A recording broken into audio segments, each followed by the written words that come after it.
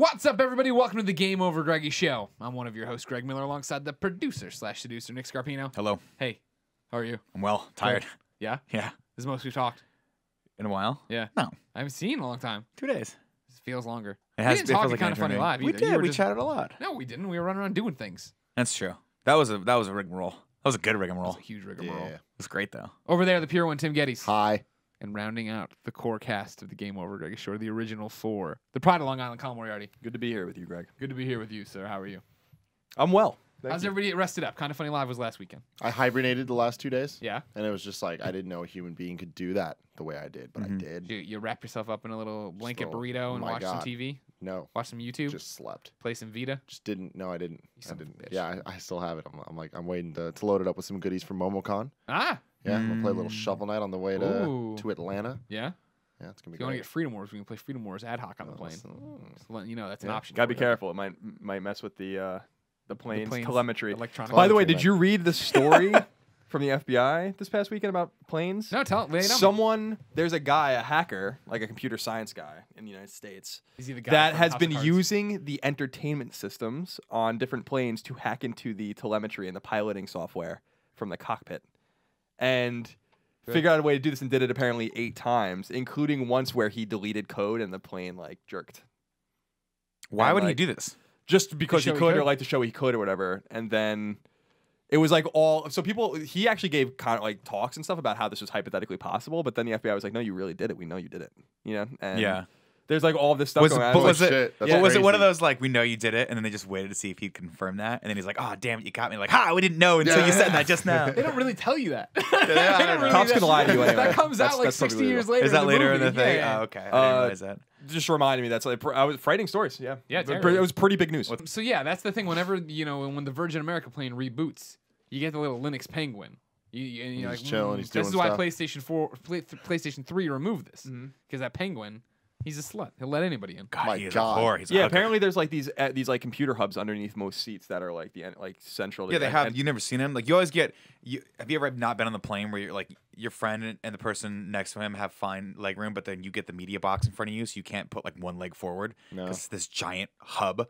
On international flights, there's like always one seat that sucks every like 20 rows because it is the entertainment like breakout yeah. box, like the router for all this stuff. Like it's just a big ass hard drive that plays like all the ones from the plane, like that row and behind. Yeah, you get that every once in a while, but like. How is that even possible? He Why wouldn't used those systems be standalone? On their own, yeah. Why don't we have all the The entertainment story's shit on its crazy. own? Like he apparently used like USB cables that he like altered to like be able to plug into these boxes, and then like overrode shit to get directly into like the. How's the nobody See, noticing? It's assholes like that. Now, don't get me wrong. Like, I'm fine if this guy had altruistic intentions of like saying, "Hey, this is a security thing. You guys should really listen to me." Okay, I'm going to prove it. But now we're going to have to take our pants off. Somehow, this is going to equate to us having to I've been take our waiting for fucking it all pants day off long. when we go through security. Like, we're going to have to go through naked at a certain point because people are like, "We got to make sure you're not hooping any modified USB cords up your ass." You know, Pooping them out. you hooping. Oh, plug. Is that what hooping digital. means? Hooping. Yeah, it's. I think I'm using that. It's like term a correctly. hard poop. No, I don't think that's exactly what I heard it on a prison documentary once where they were talking about hooping, where it's like you got to hoop that. Oh no, my friend that went to jail talked about hooping. He said I had to hoop stuff up my butt. He did not have to hoop stuff up. How He long did. was he went. in prison He for? was in like a state prison for like. It was one of those like. How'd you meet this guy? He was a friend of a friend. Do you hang out with him still? No. Can we have him on the I hung show? out with him one time, and he's one of those guys that was like, "Look, it wasn't my fault, but I got put in jail for kidnapping." And you're like, "How is that not your What? fault?" For kidnapping. It was some stupid thing where no, it wasn't kidnapping. What it was Murder. he said it was all a misunderstanding. Of course, everyone that goes to jail, it's always a Never misunderstanding. their fault. Right? They're It's always never their innocent. fault. We It's saw always Shawshank. someone else's fault. Well, in that regard, he actually was innocent. He did not kill his wife in Shawshank. Remember, that's what they said. Is that spoilers number one? Right. But they also were like though, like everybody. Didn't you know everybody's innocent? Right. That's true. So my friend at the time, he was And a then friend he of goes, a friend. and the waters. And the water receded at me. So he said something to the degree of, and I didn't catch the whole story because right about halfway through, I was like, "This is a person that I need to stop and never hang out with again." And I told my friends, I was like, "Don't bring that guy around. He's bad news. He's just gonna get everyone in trouble." Like, "No, he's a good guy." I'm like, he just told me a story about coming back from a concert. He picked up a hitchhiker and then got pulled over, and the hitchhiker had like guns on him. And he was like, "Well, I got sent to jail for a month because I was like apparently transporting guns over He state went lines for or some a shit." month and still had to put stuff up his butt. Yeah, because when he went to he said it wasn't prison, it was jail. So it was like not a hardcore state-run penitentiary, but he said the way it works when you go to when he went to this particular institute was that the prisoners, for the most part, run it. Like they're a big wide open rooms. It's not like you're in cells. You're in basically a giant room. Similar, I guess, to Orange is the New Black, if you've seen that show, where it's like it's a big room where people are there, and he goes, and you have like different areas where they take a prisoner and say, okay, you're in charge of this room. Make sure it's like if there's any problems, you tell us. Which sounds like the worst possible thing you could possibly do. And he said, of course, the first day he got jumped and he had to like try to fight or whatever. And he's like, eventually, what I had to do to survive, not survive, but like not get the shit kicked out of him every day, was he had to like take things from point A to point B. And the way he would do that was grease him up. And put him where only mom's seen, if you know what I mean. Yeah. Damn. Where the sun don't shine. Yeah, where the sun don't shine. Don't just wink at me. It's creepy when no one else sees you. That makes it even worse. Yeah, he talked about hooping stuff, and I was like, "What the hell is hooping?" He's like, "Hooping is when you put up your butthole and you go from one place to another place." Butthole's such a weird word, man. Especially when it's a grown man speaking to another grown man. Yeah. I have a question. Yeah. About Shawshank Redemption. Yeah, great. I think we just pushed Nick's final topic out the window, and this is the topic now: putting things up your butt in prison. That's fine. Go ahead. Shawshank Redemption. Yeah. Shawshank Redemption came out in '94, and it's about something that happened in like the late '40s. Mm-hmm. You were talking about spoilers for Shawshank Redemption. Now, is it possible that there's a different spoiler rule for Shawshank Redemption because it already had happened earlier, even if it's fiction, and then it came out in 1994? In other words, are the spoiler rules fake for a movie, or are different for a movie like Catch Me If You Can? Because that story had already happened. It's a true story. Mm-hmm. It was already established that happened. Sure. And then the movie came out. It's like Titanic. Yeah, like, is it possible to spoil a movie like Titanic? There's elements to Titanic. Yeah. I spoiled for Poe's mom that Leonardo DiCaprio died. Thought it was pretty obvious because, they didn't show him as an old man in the trailer. I think we wouldn't know. We already saw him. Yeah, but he could have at the end. He could have just showed up. Like when she's on the railing, she like lets go of the thing and he catches. He's like, "What are you out of your fucking mind? That thing's worth billions." His back, you rich bitch. Dang. I was like, and then he just recedes back into the mist. I think, as far as Catch Me You Can and Shawshank are on the same level of, like what I just said, like the fact that he was innocent. You figure that out in the first 5 minutes of the movie. It doesn't matter. That's what the movie's That's about. not what it's about. Like it's about him. You don't know. Surviving. They show him loading the gun. You're not 100% sure if he didn't do anything. I think about his story's flimsy at best. That's true. Maybe he did kill her. Maybe he didn't. He didn't. That other guy did, who laughs and kind of looks like a mean joke. Right, and then they throw him off a roof or something like that, or they like kill him. Remember, he's like, I got. Oh no, they snipe him. They shoot him in the back or whatever. That's the guy who That's knew a about it. spoiler. That was the guy who was going to testify. God, fantastic. I just saw that movie not too long ago again. Such a good first time in a It's a while. really good movie. That's when I fell in love with Clancy Brown because he scared me. Which was Clancy Brown? Clancy Brown's the guard who beats the shit out of everybody. He's also Highlander. Voice of Lex Luthor. I guess he's in Highlander. He's now in the Flash. He's the Kragan in Highlander. Well, he's also in the Flash and the voice of Lex Luthor. Here we are. Born to be kings. Something about the universe. Did you hear that song play at Kind of Funny Live, by the way? Real quick, is that from Highlander? Yeah. I never knew. It's just the way the story goes is apparently when they were making the movie Highlander, they showed it to Queen. Like Queen was in town. He was like, "Hey, you guys should come by. I got this awesome movie that I want you guys to do a song for." And they all watched it, and each and every member of Queen was like, "That's amazing. We want to do the whole soundtrack." And so they ended up doing like 4 or 5 songs for it. One of which was that they made that song for that movie. Apparently, what's it called? Princes of the Universe. I don't know what that song's called. I think it's called Princes of the Universe. Good enough for me. Yeah, I don't know. But they did that. They did Who Wants to Live Forever as well for that. So, Who Wants to Live Forever? It's amazing. Wow, that was pretty good. So yeah, we might really get a copyright strike. That was back in the day when you just like there was still magic left in the world, not all this homogenized bullshit that we have now. Superheroes. That was back when Freddie Mercury could watch a movie and be like, "I'm gonna make the entire soundtrack for this because I'm Freddie Mercury." That happened recently with somebody popular. Some movie. They do it all the time. Jay-Z did it with American Gangster. Okay. Jay-Z and Freddie Mercury are pretty similar. Pretty similar, yeah. Exactly. Cut from the same cloth. You should read, just as a quick aside, I've talked about this I think in the past, but there's a great story on the internet somewhere on some site about how they made Bohemian Rhapsody. Specifically because they didn't have the tools necessary to make it. Like Bohemian Rhapsody wouldn't be a difficult song to. It would be a difficult song to write and perform. Yeah. But it wouldn't be a difficult song to put together, especially like after the bridge. Sure. When it all goes crazy or whatever. And like how they were recording layer after layer after. So it's like, what is it, Ma? You know, like that part or whatever. Like they were just recording over and over and over again and like modulating the tape basically and like doing all these like crazy recording tricks to like use the very cruel tools of the time to make a song sound that fucking good. And that song sounds like it was recorded today. That's crazy. You should go fucking read about it. I never That's why it's thought about that. You don't actually think about that now because the tools, even with film, where you watch like an indie movie or whatever that has effects, and you're like, oh, that's so easy Yeah, to it's do easy. nowadays. Anyone can fucking do But that. then you go back and watch Poltergeist, and you're like, how the shit Yeah. did they suck the house into that little hole? Like, and then you hear about how they had to do it. And they're like, no, we had to rig a whole house up and cut it in parts, specific parts, wire it with cabling all the way down a hole to a Mack truck that when we called go started going, and we had one shot at this. It took like a Really? month I and a didn't know half they to did set it this. up. They rolled like 4 cameras on it just to make sure they got an angle on it. Yeah. And the guy, I think it was I forget who the Craig DP T. was. Nelson. No, well he was in it, yes, Yeah. but He's coming back. they had like Coach! is coming back. I know, I can't believe it. Throw the Muppets, by the way.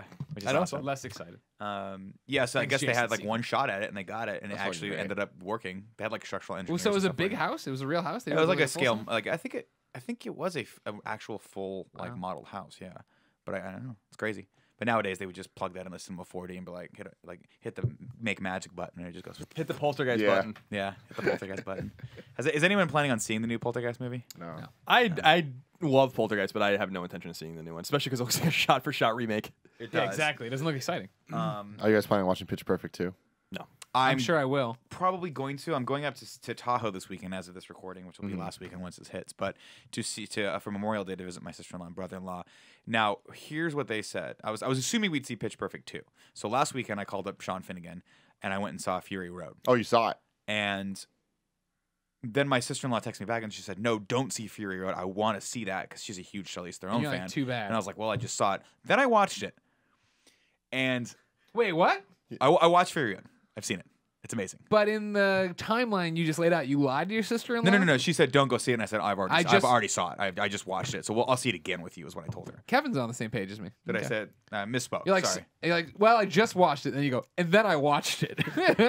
No, my sister-in-law's what like, had "Oh, happened? fucked me. What happened was I texted my wife and I was like, ask Logan if she wants to see it. It was my sister-in-law's name. Like X-Men. Like X-Men, and she didn't get back to her until I got the text after I saw the movie. Sure, She's sure, like, sure, "Oh, sure. look," she said, "Wait on seeing it." I'm like, "Well, I already saw it, but I'll see it again." It's one of those films that. Have you guys seen Road Warrior? Are you familiar with Mad Max at all? I mean, Yes, I know that. I am. Do you remember watching Road Warrior for the first time when you were a kid and going, "This is so unbelievably fucked up that I probably shouldn't be watching this"? Yeah, I still remember watching Mad Max and being like, what the fuck is this? Yeah. But like in a good way. Like I still have never seen anything like it. Like it's so unique. So Fury Road is that Aesthetically. again. Somehow they managed to recapture that. And I'm 35, right? So I've seen more movies like that since where I'm like, okay, this is for sheer shock value.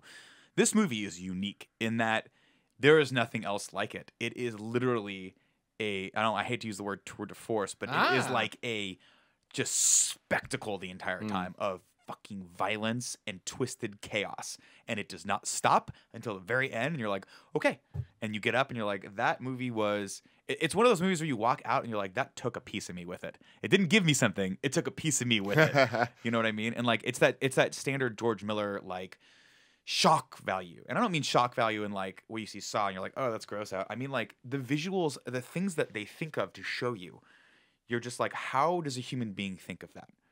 How does a human being, like, the world is so unbelievably well realized and so screwed up at the same time that you're like, it's shocking. It literally is shocking. And it's just like it was when in the 80s when I saw Road Warrior for the first time with the guy with the hockey mask and like the kid that was like throwing the boomerang. You're like, what the hell is going on in this movie? Yeah, it's awesome. I mean, that's It's what I awesome. say. Like, I feel like it's lost on so many people how much Borderlands is inspired by Mad Max, and I think that's like really lost on a lot of people. It is. and I think that I think it's easy to notice that immediately, but for some people it's not noticeable. And I'm hoping now that this movie has come back with its aesthetic, people are like, oh, Yeah. like this looks like Borderlands because Borderlands looks like Mad Max. Yep. You know, and yeah, Mad Max is just special and fucking weird. What I didn't realize about Fury Road, I will see Fury Road, probably wait till it comes out, but because I really do like Mad You Max. should see it in the theaters. Is- We'll talk after. Okay. You said that about It's- Interstellar, and we still haven't seen Interstellar, and we both wanted to see that movie. So But what I didn't realize Give about, up. what I didn't realize about Fury Road is that he had been trying forever to get it made. Like I had no idea that this movie was like 20 some odd years pretty much in the Yeah. making, even with the same name. Yeah. Like I had no idea that They like, went into production on it, and then I think it was either 9/11 or something happened. There was something happened in the Middle East because they were supposed to film, I think, in Egypt or something like that, and they got shut down again. And so he's been trying to make this ever since, probably for the last 15 years, 20 years, yeah, something like that. Charlize Theron's been signed on the entire time. and I don't know where it's settled on Rotten Tomatoes, but after like 100 or so reviews went up, it had a 98. on Rotten Tomatoes, which I was like, holy shit! Like It's one that's of the, incredible. If you go in expecting this film, I'm telling everyone out there, to be a standard Hollywood film, if you're going in thinking it's going to be like, okay, classic Coke Hollywood 3-act structure where you get a nice, beautiful resolution and all this stuff, and like great, it's not going to be that. This is not what That's not what he makes. Okay, the movie is just about that world and survival, and it is fucking awesome. Go in with expectations that it's not going to be a normal film. Can you watch it without having seen the other ones? Yeah. It's Okay. it doesn't rely at all on the other three. It helps because there's homages to it. Like there's a scene where he has a boomerang knife. Like it's one of those kind of like, I don't know. It's not necessarily a sickle or a scythe. It's more of like just it looks very much like the boomerang the kid had. There are little homages, little touches, or like his armor is the same as it was before. He has they don't really call attention to it, but he does have a knee brace, and you don't know why. But How's that an homage? What's that? Well, how's it? What, It's as a reference not to an something homage. on- Excuse me. It's a direct reference to the first one. In hurt Mad his Max, he got part when his family died. When his wife and his kid were run over by a gang of bikers. One of them shot him in the knee. And so for the next 3 movies, he has a limp. And you don't really know why unless you saw the first movie. But literally, it's like he limps as he runs the whole time. Not so much in this, but he does have a knee brace on in this one. He has the car from the original one. So you're getting a little bit of...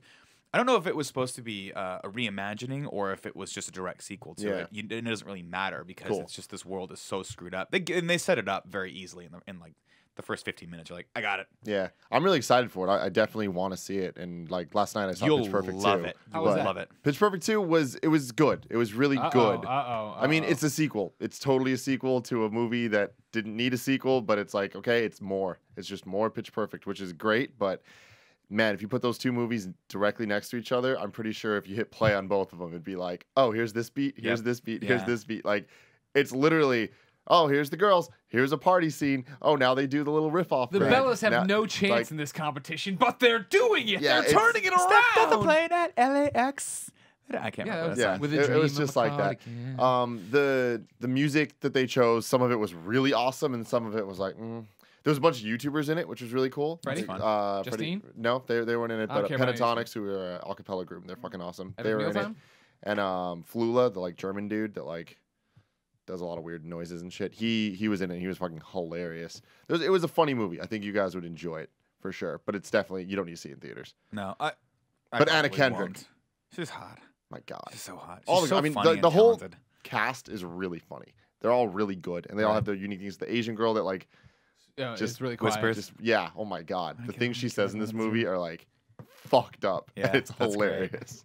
Yeah, I love the first one. I'll see this one. Yeah. What I find fascinating about it is how much Elizabeth Banks has like to do with it. Well, she directed it. Directed it. Yeah. She directed it. Yeah, know she that. directed She it. I think she directed the first. No, her husband No. directed the first one, I think, but she produced it. Yeah, she directed. So she's director on this one, and she is in the movie a lot more than she was in the She's first funny. one. Her and the other dude, the characters, Yeah. they are so racist. Like everything they say is just like wow. Oh, and then there's this one character that's this Latin girl, and it's just like I don't know how this movie was made because it's like just straight up offensive. Like there's like it's to the point where it's like this isn't even funny. Well, guys, Like- correct me if I'm wrong, but if you're white, you're allowed to make fun of all other races. Right, correct? that's how it works. Yeah, That's how it Privilege. works. Yeah, it's fine. Oh, okay. Yeah. Well then, yeah, it was a great movie. Comedies though, come on, they're allowed to make fun of stuff. I will say, go see Fury Road and go see it on the big screen. I really Go want see it on the biggest, loudest screen you could possibly find. cool. Is Skylar Astin in that movie? Skylar Astin. Is he in that movie? No. He is. I'm gonna in go this- see he that. is, Nicholas yeah. Holt's in I'm this gonna go movie, see- though. is and I that didn't Skylar? realize Okay, he was in I'm this gonna go movie. see Key and Peele. Which Yeah. one's the skinny one? Jordan Peele, I think, is the skinny one. Okay, isn't well he? then Peele is in this movie and he's awesome. How do they not have Key? I don't, That's a- he's that's he's like- like the record producer guy. Like he It runs seems this He's, like he's having a better career than the other guy. The tall, skinny Oh. guy's in a lot more shit. No, whenever I see them, they're together. And they're No, hilarious. I've seen Peele in a lot of stuff lately. He just gets little bit parts. They're both hilarious. They're both ridiculously talented. Yeah. Way more than any of us sitting in this room. By 100%. far. Like if they were Well, like, "Hey, come Don't join my forget team," I Kevin's would. sitting in this room. Oh. Hi, Kevin. Kevin, can you do me a favor? Just come on camera real quick and show your face for everyone that hasn't seen it yet. There it he is. That's Kevin, everybody. Look at him. We showed him at the live show. What? Yeah, that was good. No, you looked good. Yeah, It was it's kind of great. dark, so you look intimidating. But I still I don't watch Key and Peele very often. There's a few funny scenes though that I remember from that show. Yeah. And my favorite one is still the one that makes fun of LMFAO. You ever see that No, one where no. where it's like they're recording a video for like a fake LMFAO song like "Party All Night" or whatever the hell it's called. But it's just them recording it over and over and going into a club. And everyone's like, yeah, they like can't leave. Like everyone's drinking and like slowly and surely like they're going insane and they don't want to be there anymore. And everyone's like partying and doing shots around them and stuff like that. So it's such a good skit. I was like, this is perfect. I still hold the one that bangs out in my mind every time is it bangs out is the where they make fun of the substitute names. teacher. No, that one's hilarious too. But the first time I remember seeing those guys was like 5-6 years ago when they made fun of the college football. The names, like people is like, my name is Shaquille number 31 Penn State, like whatever, and it goes. It's so racist. It's so unbelievably racist. But since it's them, I guess it's okay. Yeah, that's how that works. But comedy again. Nothing's it's off a shield limits of comedy. Nothing's off limits in comedy. That's why we can say whatever we want on this show. Unless you're a fucking crybaby, then things are off limits. That's true. Exactly. In comedy. The substitute teacher one was pretty damn funny too. Yeah, substitute teacher one is genius. If you guys haven't seen it, Key and Peele. I think it's called substitute. I think teacher. it's called substitute teacher. Yeah. Ooh, YouTube that. That's baby. a winner. Yeah, I have saw you that seen one. it? I don't know if I have. Like, what's the premise? Nick? The premise is that it's hard to describe without giving away the joke. But the premise is that well, now we got to look it up. Oh, I think you've talked about this. I think I showed is it you. about names and then yes, okay, one of the stop. Then everybody go look at it. Yeah, okay. It's funny. It's worth it. Yeah. But yeah, go see Fury Road. Wait for Pitch Perfect 2 to come on Netflix. Yeah, Pitch hearing... Perfect 2 is a perfect Netflix movie. It did not need to be seen in theaters. I enjoy it. I like those type of movies, so it's like I'm happy Are you I one of saw these it, ones but... all heartbroken that Pitch Perfect drew more money at the box office than Mad Max? No, I was pleasantly surprised that when I went into Fury Road, the theater was full. I would have assumed that movie would have tanked because it's not a movie that's anywhere close to mainstream. Yeah. Where like you look at the trailer and you're like, I mean, it's kind of intimidating. It's honestly. very intimidating. Like you see that trailer and it's like when you don't know what the hell it's about, it's kind of like I don't know if I want this, you know. And even when you go in and you're watching it, some of the techniques that he uses to make the film are very specifically like not mainstream Hollywood. Like when he does his action sequences, specifically, he shoots them he like undercranks so that when they play back, they're faster, and it has that 70s like feeling of like we're speeding up the footage, but it's his style, and his style is very, very, very specific to him. And you go in and you're like, you kind of just have to go in open-minded or on something that might be interesting too. But that might have tripped me out. Anyway, it's worth it though, because I mean it's beautifully made and the spectacle of it is. But you are going to go in and be like, this is a little scary. It's intimidating. It seems scary as fuck.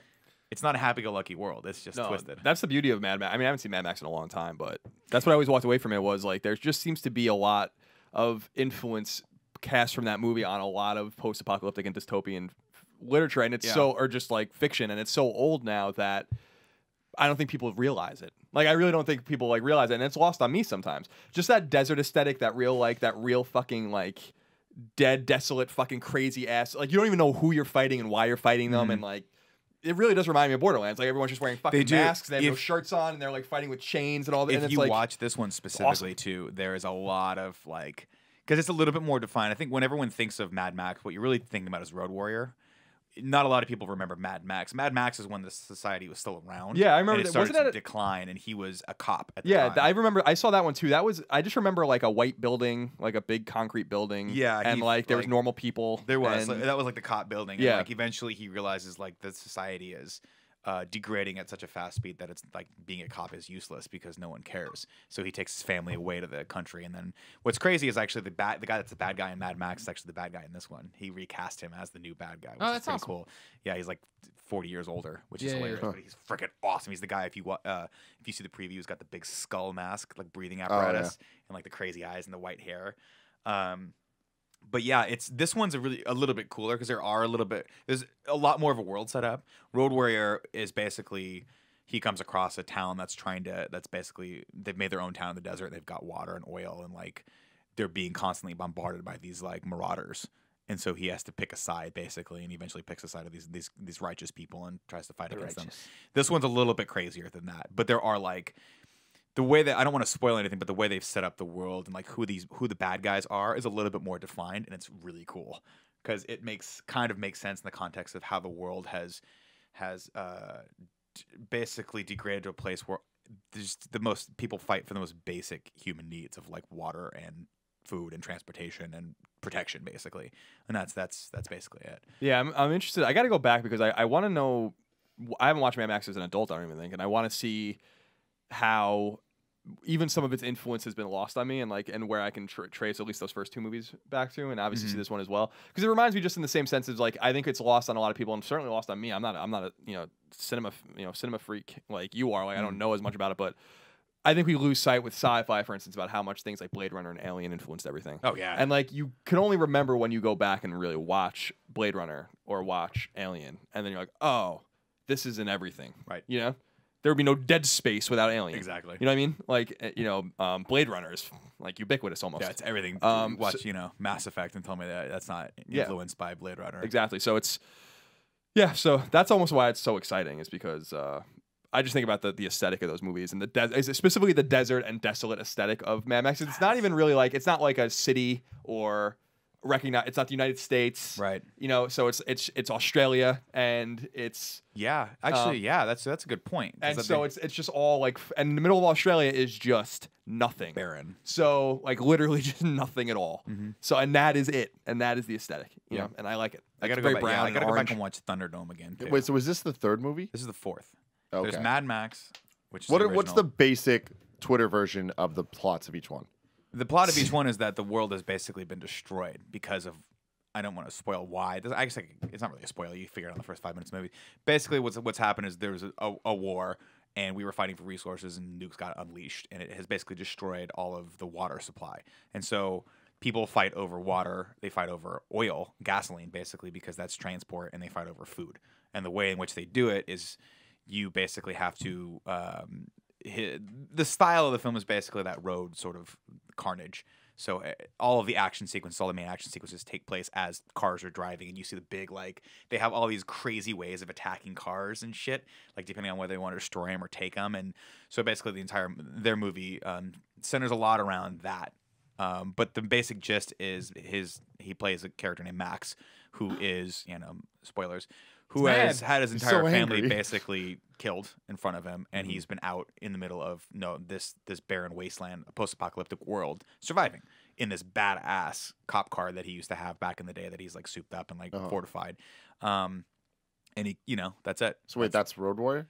The original Mad Max is basically that, right? Where the world is degrading, and you're seeing news reports of like how war is happening and people are like, all of society is breaking down. Then his family dies, and then Road Warrior starts with him basically having been out there for a really long time in just the wasteland, and he comes across these marauders that are attacking this town that has water and oil. That's like this makeshift town that's fortified itself, and they're getting killed and slaughtered, and he basically has to decide if he's going to help them, and the way he helps them is by convincing them that they need to get the hell out of there and like get away. Just take the tanker of oil that they're trying to get and just get out of there with it.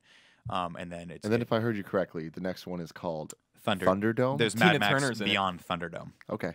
Now Beyond Thunderdome is where it took a turn for the strange. And I haven't seen Beyond Thunderdome in a while, but the basic story is there's a town that he comes across that Tina Turner is the basically like leader of, and the way they solve disputes in this town is by something called Thunderdome. Where, and Colin, which is exactly what you think it is. It's an acapella competition. 2 men enter, right? 1 man leaves. Right, exactly. Is the is the motto of Thunderdome. And so basically, if you have a discrepancy with someone, or if you committed a crime or a violation of the laws, you go in and you fight someone. And then and Thunderdome is basically a giant. Remember those playground things that like were the half spheres that you can climb around on? It looks like Elimination Chamber. It's that. But strapped to those, you're strapped to bungee cords. And if you can get up to the higher levels of it via like running and jumping, there's like chainsaws and shotguns and axes and stuff. So basically and it's their sport. Again, a major influence on video games specifically. In terms of like arena battles and horde mode and all that kind of shit. Oh my God. And that's what I'm saying. Like, it's buried in these movies is the influence for everything we do. Well, that's why I'm excited. Like, I have no interest in seeing Fury Road. Like, it doesn't sound like something I'd want to watch. I mean, it sounds interesting. If it's on TV one day, I'll catch it. You but love like Borderlands. The video game I want to play. Avalanche. I mean, that's just how I want to play. Man. I like to do that interactive experience. Avalanche is doing that game, and that game has been long in development. That game looks fucking awesome. Yeah, when I'm really interested to see like what you think about when it comes out September. It comes out the same day Metal Gear comes out. Oh wow, okay. Maybe I'll play that one first. Which I feel bad for them because they're probably gonna get. I think they'll be okay, but probably not as well. But I can't wait. Avalanche is so good. I can't wait to see. What they do. Yeah, when we saw the gameplay trailer, and it was open world, run around. It looks so good, like just in terms of movement. To get out there and have open world, open quests, so orange and things. brown and black. It captures the color palette. Well, they've got great source material to work with. If they can capture like half of what that game's like intensity is, the movie's intensity was, I think they'll be okay.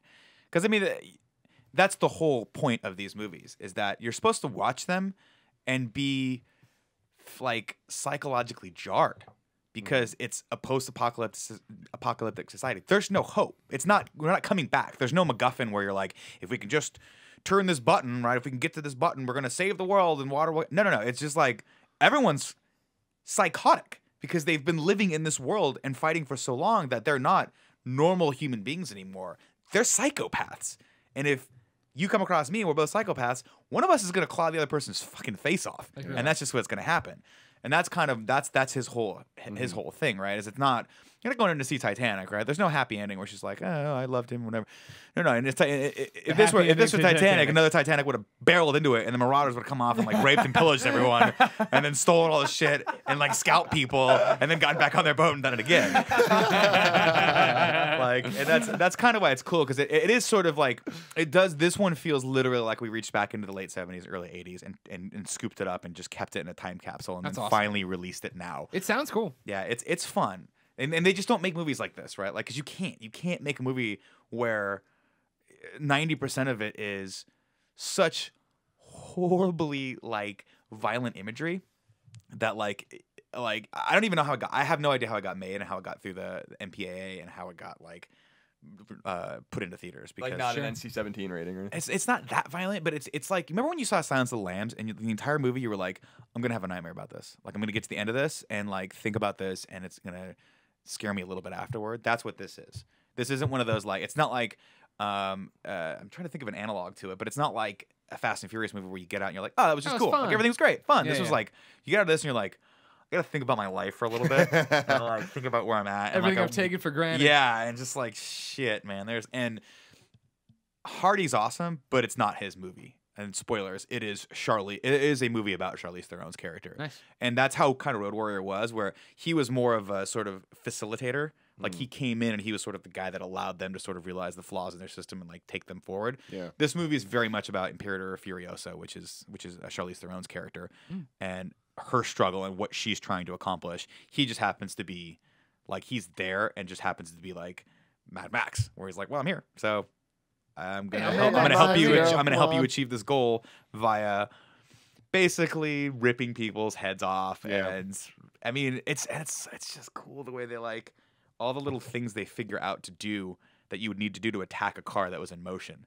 Like, you see in the trailers, like, they have these big sticks that have counterweights of another human being on the other side as a counterweight. And so if you just like, if someone hops on it and there's a person up here, it goes whoop, like one of those dipping birds. Yeah. And you'll dip over and they can like land on the car and like start fighting and stuff. It's just cool. All right. It's awesome. Worth seeing in the theaters. I've already spoiled. I'm fucking excited, man. Well, ladies and gentlemen, if you didn't know, this is the Game Over Greggy show. Each and every week, 4, sometimes 5 best friends gather on this table, each bring a random topic of discussion for your amusement. If you like that, you can get the whole show early over at patreon.com/kindafunny. But if you don't want to give us any money, no big deal. Wait till it posts topic by topic, day by day on youtube.com/kindafunny. Then that Friday, we post everything on MP3 services and that same YouTube page. That was a good topic, Nick. Thank you.